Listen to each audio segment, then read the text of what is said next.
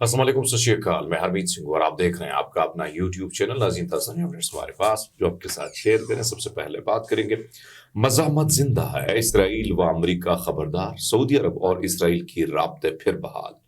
روسی جرنیل کا پراسرار قتل، سیریا میں سی این این کا پروپیگنڈا بے نقاب۔ آپ سب کا بہت شکریہ جس طریقے سے آپ ہمارے ساتھ جڑے ہیں،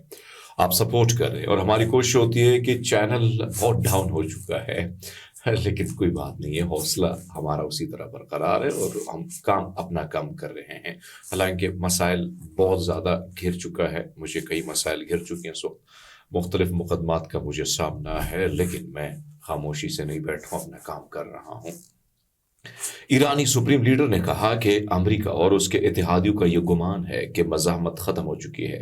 بالکل غلط ہے۔ شام میں پیش آنے والے واقعات اور صہیونی حکومت اور امریکہ کے جرائم کے ساتھ ان دشمنوں نے سوچا کہ مزاحمت کا مسئلہ ختم ہو چکا ہے، یہ ان کی مکمل غلط فہمی ہے۔ صہیونی حکومت شام کے ذریعے لبنانی مزاحمتی گروپ حزب اللہ کو گھیرنا اور ختم کرنا چاہتی ہے، لیکن جو ختم ہوگا وہ اسرائیل ہوگا۔ حزب اللہ اور حماس کے شہید رہنما سید حسن نصر اللہ اور یحییٰ سنوار کی روحیں ان کی شہادت کے باوجود زندہ ہے۔ ان کے جسم شاید جا چکے ہیں، لیکن ان کی روح اور خیالات اب بھی باقی ہیں، ان کا راستہ جاری رہے گا۔ ایرانی فلسطینی اور حزب اللہ کے جنگجو کے ساتھ کھڑا ہے اور انہیں ہر ممکن مدد فراہم کرتا رہے گا۔ مزاحمتی جنگجو وہ دن دیکھیں گے جب شیطان دشمن ان کے قدموں تلے کچلا جائے گا۔ اس ساری سچویشن میں اگر آپ دیکھیں دنیا میں کیا کیا ہو رہا ہے، کس طریقے سے مسلم ممالک نے اپنا رول غزہ کی سچویشن میں ادا کیا، وہ آپ کے سامنے ہے۔ لیکن اگر میں ایک ملک کو کہوں کہ ان تمام تر حالات کے باوجود وہ ڈٹ کے کھڑا ہے تو وہ ایران ہے۔ وہ جس طریقے سے سپورٹ کر رہا ہے مزاحمت کو، وہ جس طریقے سے فلسطینی کاز کو سپورٹ کر رہا ہے، وہ جس طریقے سے جو ہے ان تمام تر قوتوں کے ساتھ ایک اکیلے لڑنا، یہ کوئی آسان کام نہیں ہوتا ہے۔ آپ جب لڑتے ہیں تو آپ نے ہر محاذ کھولا ہے اور ہر محاذ پر آپ جو ہے اسی طرح وار کرتے ہیں، تو یقیناً مشکل وقت ضرور ہے لیکن بہت جلد ختم ہونے والا ہے۔ تو اس سارے سچویشن میں ایران کا جو موقف ہے وہ ہم نے آپ کے سامنے رکھا ہے۔ ساتھ ساتھ آپ کو بتاتے چلیں کہ ایک طرف تو یہ سچویشن ہے، دوسری طرف اسرائیلی اخبار ہارٹس کے مطابق اسرائیلی کے زیر قبضہ علاقوں اور سعودی عرب کے درمیان تعلقات کو معمول پر لانے کی بات چیت میں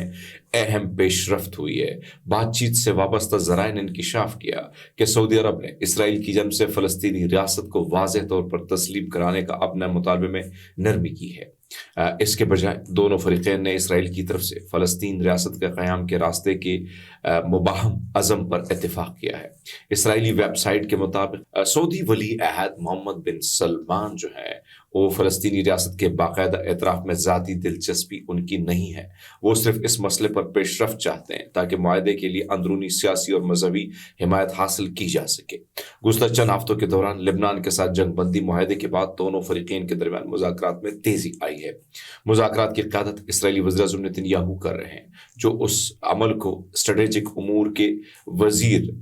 جو ہے راون ڈرمر کے ذریعے انجام دے رہے ہیں، جبکہ اطلاعات کے مطابق اسرائیلی حکومت اور سیکیورٹی کابینہ کے اکثر ارکان کو اس بارے میں اطلاع نہیں ہے۔ اب یہ ہارٹس نے یہ خبر دی ہے، اور میں پہلے بھی عرض کر چکا ہوں کہ ساری سچویشن میں اگر رجیم چینج ہوا ہے شام میں تو سعودی عرب کا اس میں بہت بڑا ہاتھ ہے۔ سعودی عرب ویسے تو سعودی عرب ہو، ترکی ہو، یہ اردن تو پہلے اور مصر پہلے لیٹ چکے ہیں، اور یہ سارے جو مسلمان ممالک ہیں یہ انہوں نے ڈرامے بازی کرنی ہوتی ہے، اپنی عوام کے آنکھوں میں دھول جھونکنا ہوتا ہے، لیکن یہ ساری چیزوں کے حوالے سے جو ہے یہ کھل کر سپورٹ کر رہے ہیں اس کاز کو، اور وہ چاہتے ہیں کہ مزاحمت وہاں سے ختم ہو اور گریٹر اسرائیل کی جو دیواریں ہیں وہ آگے کی طرف بڑھے، یعنی دیواروں کا جو محور ہے وہ تھوڑا سا اور آگے بڑھے۔ روس کے جوہری دفاعی منصوبے کے اہم ترین جرنیل ایگور کریلوف ماسکو میں ایک بم دھماکے میں ہلاک ہو گئے۔ بم ایک الیکٹرک سکوٹر میں چھپایا گیا تھا جو ریازنسکی پروسپیکٹ پر ایک اپارٹمنٹ بلڈنگ کے باہر کھڑا تھا، جو کرمنل سے تعلق تقریباً 7 کلومیٹر جنوبی مشرق میں واقع ہے۔ دھماکہ خیز مواد کی طاقت تقریباً 300 گرام TNT کے برابر تھی، اور یوکرین کے سیکیورٹی سروس PBU